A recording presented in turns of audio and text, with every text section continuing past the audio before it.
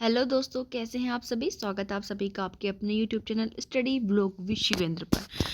आज फिर एक नए लीगल जॉब नोटिफिकेशन के साथ आपके सामने इस वीडियो में।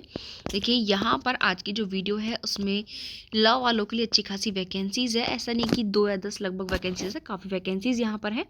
और यहाँ पर देखिए ये government of India ministry of railways railway recruitment board detail centralise notice, ठीक है, यानी कि ये आपकी रेलवे ने निकाली हुई भर्ती है। काफ़ी बड़ा नोटिफिकेशन है, याद रखिएगा यहाँ पर आप लोगों के लिए, ठीक है। समथिंग 60 पेज दिया हुआ है। सबसे पहले स्टार्टिंग से ही हम शुरुआत करते हैं, जो भी आपके लिए इंपॉर्टेंट इंस्ट्रक्शंस इसमें होंगे। तो सबसे पहले देखिए यहाँ पर जो है महत्वपूर्ण डेट्स दी हुई हैं। पहली date of indicative notice in employment news, तो ये जो नोटिस आपका इशू हुआ 20 दिसंबर को हुआ। अब इसमें आपकी डेट कब ओपन हुई है, 30 दिसंबर को हो चुकी है। क्लोजिंग डेट कब रहने वाली है, 29 जनवरी 2026 को रहेगी। इसके बाद जो इसमें last date for payment fee application fee payment for the submitted application 31 तारीख तक आप जो है 31 जनवरी 2026 तक आप इसमें अपनी फ़ीस पेमेंट कर सकते हैं। उसके अलावा जो date for modification window for correction, यानी कि आप कब तक जो है करेक्शन कर सकते हैं अपने एग्जामिनेशन फॉर्म में, तो 1 फरवरी 2026 तक रहेगा, ठीक है। यानी कि 1 फरवरी 2026 से 10 फरवरी 2026 तक, ठीक है। जो भी अगर आपको इसमें मॉडिफिकेशन कराना है, विंडो ओपन हो जाएगी करेक्शन के लिए, पेमेंट फीस वगैरह सब चीज़ के लिए। उसके अलावा dates during which eligible scribe candidates must provide their scribe details in the application portal पर आपकी 11 फरवरी से 15 फरवरी तक। तो ये इसमें आपकी महत्वपूर्ण तारीखें हैं। उसके अलावा ये देखिए वैकेंसीज है, टोटल जो आपकी वैकेंसीज है रेलवे की वो है 312। अब यहाँ पर हम देखते हैं कैसे कैसे, देखिए अलग अलग डिपार्टमेंट्स के अंदर ये वैकेंसीज आपकी निकली हुई हैं। पहला चीफ लॉ असिस्टेंट के आप लोग देख रहे होंगे यहाँ पर कितनी वैकेंसीज, टोटल वैकेंसीज हैं 22। जो पे लेवल रहेगा आपका 7th रहेगा। इनिशियली पे आपका रहने वाला है 44,900 स्टार्टिंग में देखिए दिया हुआ है। मेडिकल स्टैंडर्ड आपका C1, एज भी यहीं पर इन्होंने खोल दी है, minimum 80 years maximum 40 years. Total कितनी है 22। दूसरी पब्लिक प्रोसिक्यूटर, ये भी लीगल वालों के लिए है। यहाँ पर भी सारी चीज़ें सेम है, बट यहाँ पर एज सैलरी आपकी बिल्कुल सेम रहने वाली है, बट एज यहाँ पर ओनली 32 मैक्सिमम रहेगा। और यहाँ पर जो वैकेंसीज आपकी 7 है। आगे जूनियर ट्रांसलेटर की है, फिर आपकी सीनियर पब्लिसिटी इंस्पेक्टर की हैं, स्टाफ एंड वेलफेयर इंस्पेक्टर है, साइंटिफिक असिस्टेंट ट्रेनिंग की। इस तरीके से आपकी यहाँ पर देखिए जूनियर ट्रांसलेटर की आपकी 202 वैकेंसीज यहाँ पर निकली है। उसके बाद अगर हम बात करें यहाँ पर सीनियर पब्लिसिटी इंस्पेक्टर की, तो यहाँ पर देखिए बाकी अब सबकी यहाँ जो सैलरी है 7 में जो है आपका उसको छोड़कर फिर आपकी सेम है 35,400, ठीक है। और जो आपका साइंटिफिक सुपरवाइज़र आर्गोनोमिक्स एंड ट्रेनिंग है उसकी 44,900 रहने वाली है। वैकेंसीज की एक है। और यहाँ पर जो आपकी स्टाफ एंड वेलफेयर इंस्पेक्टर की है वो 24 है। साइंटिफिक असिस्टेंट की आपकी 2 है। जो आपका लैब असिस्टेंट है इसकी आपकी 39 वैकेंसीज यहाँ पर निकली हैं। तो इस तरीके से ये आपकी टोटल हो चुकी है 312। उसके अलावा बातें हैं डेट आप लोग देख ही चुके, 29 जो है फॉर्म फिल करने की लास्ट है। उसके बाद करेक्शन वगैरह वो सारी चीज़ें आपकी चलती हैं।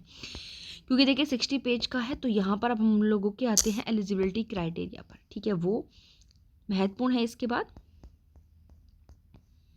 जो भी बीच में अगर कुछ इंपॉर्टेंट आएगा तो हम आपको बता देंगे। स्टार्टिंग में वैसे इन्होंने मोस्टली चीज़ें खोल दी हैं, सैलरी वगैरह सारी चीज़ें उन्होंने यहाँ पर आप लोगों को बता दी हैं। और यहाँ पे ये थोड़ा जनरल फिटनेस वगैरह के बारे में बातें दी हुई हैं, ये बात की चीज़ें हैं। ये नेशनलिटी की बात की गई है, तो सिटीजन होने चाहिए। और रिफ्यूजी जो मतलब नेपाल या भूटानी है, लेकिन रिफ्यूजी इंडिया के अंदर नेपाल या भूटानी उनके लिए है। एज लिमिट के बारे में हम लोग शुरुआत में देखिए देख चुके हैं, तो दोबारा से मुझे बताने की इसमें आवश्यकता नहीं पड़ेगी, ठीक है। उसके अलावा ये एज रिलैक्सेशन है, तो भैया आप किस कैटेगरी से आप यहाँ पर देख सकते हैं। मोस्टली एक बार मैं आपको बता दूँ तो देखिए यहाँ पर जो SC ST कैटेगरी से हैं उनके लिए 5 ईयर्स है। OBC जो नॉन क्रीमी लेयर है उनके लिए 3 ईयर्स है। और ex serviceman who have put in more than 6 month service after attestation, unreserved है, WS है, OBC नॉन क्रिमिनल है, SC ST सब है, सबके लिए ये 3 ईयर 6 ईयर 8 ईयर्स इस तरीके से यहाँ पर दिया हुआ है। जो आपका PWBD है, unreserved EWS OBC SC ST, तो यहाँ पर अनरिजर्व EWS के लिए 10 साल, OBC के लिए 13 और SC ST के लिए 15 इस तरीके से यहाँ पर दिया हुआ है। आप एक बार किस कैटेगरी में भी आप ये चेक कर सकते हैं, बाकी की कोई आवश्यकता नहीं है, ठीक है। उसके अलावा यहाँ पर ये एग्जामिनेशन फ़ीस है कि जब आप अपना फॉर्म फिल करेंगे तो आपको कितनी फ़ीस देनी होगी। तो यहाँ पर देखिए, अगर for all candidates except the fees concession categories mention below at जो सीरियल नंबर 2 है, आउट ऑफ दिस फीस 500 आपको देनी होगी। An amount of 400 shall be refunded in due course duly deducting bank charges on appearing in first stage CBT।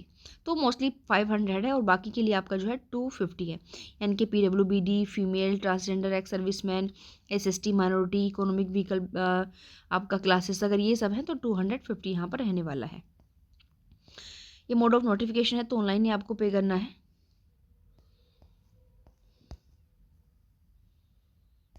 उसके अलावा अब हम यहाँ पर आप लोग के आते हैं एलिजिबिलिटी क्राइटेरिया पर कि भाई क्या एलिजिबिलिटी चाहिए इस फॉर्म को फिल करने के लिए। बाकी सारी चीज़ें बता दी हैं, लेकिन भाई सबसे महत्वपूर्ण बात कि अगर आप लोग के पास एलिजिबिलिटी है तभी तो फॉर्म को फिल कर सकते हैं ना, तो वहीं पर हम लोग आ रहे हैं। बाकी बीच में देखिए आप लोग जानते हैं कि बीच में जो है फॉर्म किस तरीके से फिल कर सकते हैं, रिजर्वेशन आप लोगों को किस तरीके से मिलेगा, वो सारी चीज़ें जो है यहाँ पर दी हुई होती हैं। ठीक है, ये देखिए रिक्रूटमेंट प्रोसीजर इन्होंने यहाँ पर दिया हुआ है। ओके, कि रिक्रूटमेंट किस तरीके से होगा, तो थोड़ा सा यहाँ पर देख लेते हैं आइए कि किस किस तरीके से आपका रिक्रूटमेंट होने वाला है एक बार, क्योंकि ये चीज़ें भी हम लोग के लिए ज़रूरी हैं। ठीक है, लेकिन हम सोच रहे हैं कि उससे पहले हम आपको थोड़ा सा एलिजिबिलिटी क्राइटेरिया से अवगत करा दें। ठीक है, उसके बाद हम यहाँ पर जो है सिलेबस एग्जाम्स वगैरह चेक करेंगे। लग रहा है काफ़ी नीचे इन्होंने दिया हुआ है।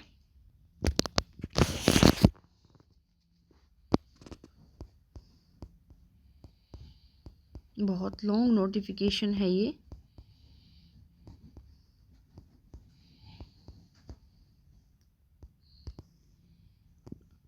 हाँ, ये यहाँ से आपका स्टार्ट है एलिजिबिलिटी क्राइटेरिया। ठीक है, हाँ ये यहाँ से रहा चीफ लॉ असिस्टेंट की जो पहली वाली हमारी वैकेंसीज हैं। ठीक है, उसके लिए एलिजिबिलिटी देख लेते हैं। A university degree in law with 3 years standing practice as a pleader at bar, यानी कि LLB की डिग्री होनी चाहिए, 3 साल का प्रैक्टिस होना चाहिए बार यानी कि बार कैन के एज एन एडवोकेट के रूप में। Serving railway employees who are law graduates are also eligible to apply for this post provided they have served for at least 5 years in any branch of the railway administration. Vacancies are marked for direct recruitment should also be available to the railway magistrate who are desire of applying for such post and who also fulfill the prescribed qualification for the district recruits. उसके अलावा जो हमारी second vacancy है यहाँ पर देखिए public prosecutor की, उसमें भी आपका बैचलर डिग्री मान रहे हैं in law from recognise university से, 5 साल का standing as an advocate at bar में यहाँ पर एक्सपीरियंस आपसे मांगा जा रहा है इसके अंतर्गत भी। ठीक है, और उसके अलावा जो ये आपकी ही जूनियर ट्रांसलेटर की जो आपकी जॉब यहाँ पर थी, ठीक है, इसके लिए तो आप लोग जानते हैं ट्रांसलेटर है तो मास्टर डिग्री मांग रहे हैं रिकॉग्नाइज यूनिवर्सिटी से, और इक्विवेलेंट इन हिंदी और इंग्लिश विद इंग्लिश और हिंदी एज ए कंपलसरी और इलेक्टिव सब्जेक्ट और as a medium of examination at degree level. ठीक है, तो यहाँ पर अलग है। उसके अलावा अब हम आगे आते हैं, ये आपकी सीनियर पब्लिसिटी इंस्पेक्टर की है जो यहाँ पर रहने वाली है। ठीक है, इसके लिए डिग्री फ्रॉम रिकॉग्नाइज यूनिवर्सिटी से आपकी डिप्लोमा होना चाहिए, public relations, advertising, journalism, mass communication, इस तरीके से। उसके अलावा आते हैं हम नेक्स्ट पर, ये जो आपके स्टाफ एंड वेलफेयर इंस्पेक्टर है, इसमें भी आपसे मांगा है ग्रेजुएशन होनी चाहिए लेकिन plus any one of the following qualification, लेकिन इनमें से और भी कोई क्वालिफिकेशन आपके साथ हो सकती होगी तो फॉर्म आप फिल कर सकते हैं, जैसे डिप्लोमा लेबर का, सोशल वेलफेयर का, या फिर डिप्लोमा इन लेबर लॉस के अंदर। ठीक है, या फिर LLB with papers in labour laws. ठीक है, तो भाई अगर आपके पास ये है LLB में तो भी आप ये फॉर्म अपना फिल कर सकते हैं, पेपर लेबर लॉ वाला। ओके, उसके बाद आपकी साइंटिफिक है तो आप लोग जान सकते हो कि इसमें लीगल वालों के लिए कोई अपॉर्चुनिटी यहाँ पर नहीं रहने वाली है। ठीक है, और उसके अलावा यहाँ पर भी आपकी फिर जो है ये साइंटिफिक सुपरवाइज़र की वैकेंसीज़ है, तो यहाँ पर भी लॉ वालों के लिए कोई अपॉर्चुनिटी आपकी नहीं रहने वाली है। ठीक, तो यहाँ पर आपका जो लॉ वालों के लिए थी आई थिंक वो सारी चीज़ें हम यहाँ पर देख चुके हैं। ओके, अब हम यहाँ पर कुछ और अगर महत्वपूर्ण इंस्ट्रक्शंस है तो वो एक बार चेक कर लेते हैं भाई आप लोगों के लिए, जो भी रिलीवेंट रहने वाला है। अलग अलग चीज़ें इन्होंने यहाँ पर रेगुलर बैकलॉग सारी चीज़ें यहाँ पर इस तरीके से खोली हुई हैं। एक एक वैकेंसी को खोल के बताया भाई कौन क्या किस तरीके से है। तो शायद जो हम लोगों के काम का यहाँ पर रहने वाला है। ये हमारा पेपर का फॉर्मेट हो गया। हम फिर ऊपर चलते हैं अपना, जहाँ पर हमारा रिक्रूटमेंट प्रोसीजर दिया हुआ था। ओके,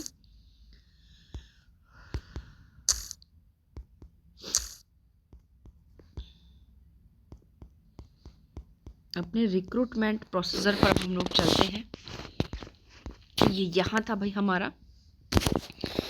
तो यहाँ पर है candidates should apply only through online mode through the official website of, ये इस तरीके से आप कर सकते हैं। सारा ऑफिशियल ये सब बताया हुआ है।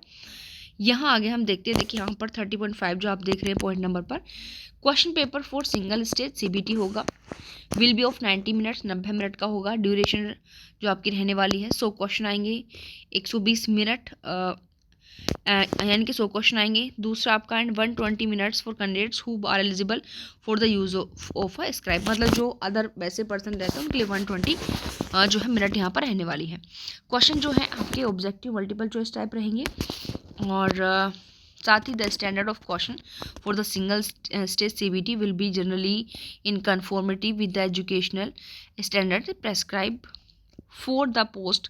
The questions pertaining to professional ability shall be from the syllabus of every notified post mentioned at annexure, आपका यहाँ पर दिया हुआ 7th, ठीक है, एंड 13।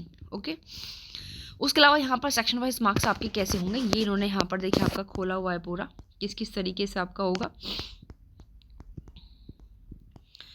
तो जैसे इन्होंने कहा है कि सेक्शन वाइज आपका कैसे रहेगा, जो सब्जेक्ट है, नंबर ऑफ क्वेश्चन कितने होंगे और मार्क्स आप कितने अलॉट किए जाएंगे आपको।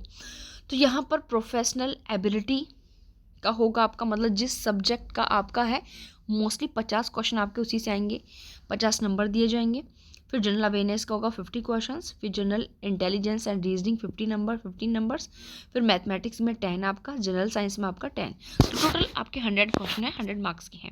याद रखिएगा नेगेटिव मार्किंग है वो भी 1/3 की, ये बात भी आप याद रखें।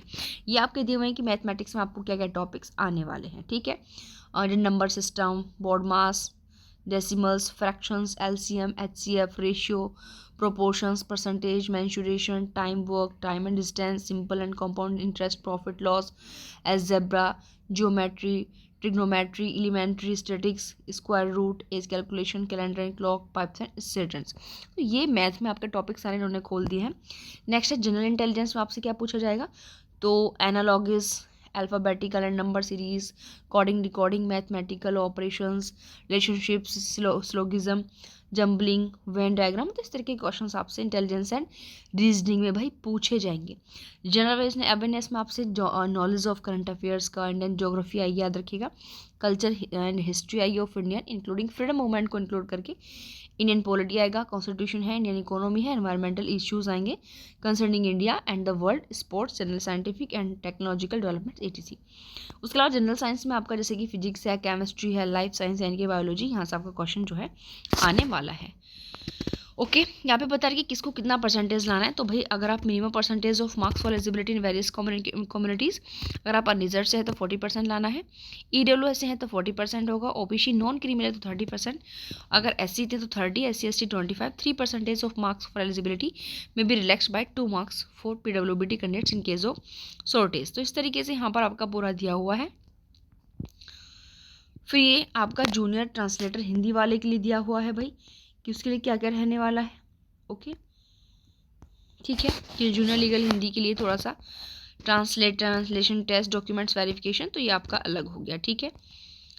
उसके अलावा ये एप्लीकेशन फॉर्म आप किस तरीके से फिल करेंगे वो सारी चीज़ें यहाँ पर दी हुई हैं, ठीक। तो देखिए शायद जो भी इंपॉर्टेंट चीज़ें थी आपके एग्ज़ाम के सिलेबस के पॉइंट ऑफ व्यू से वो सारी मैंने आपको यहाँ बता दी हैं।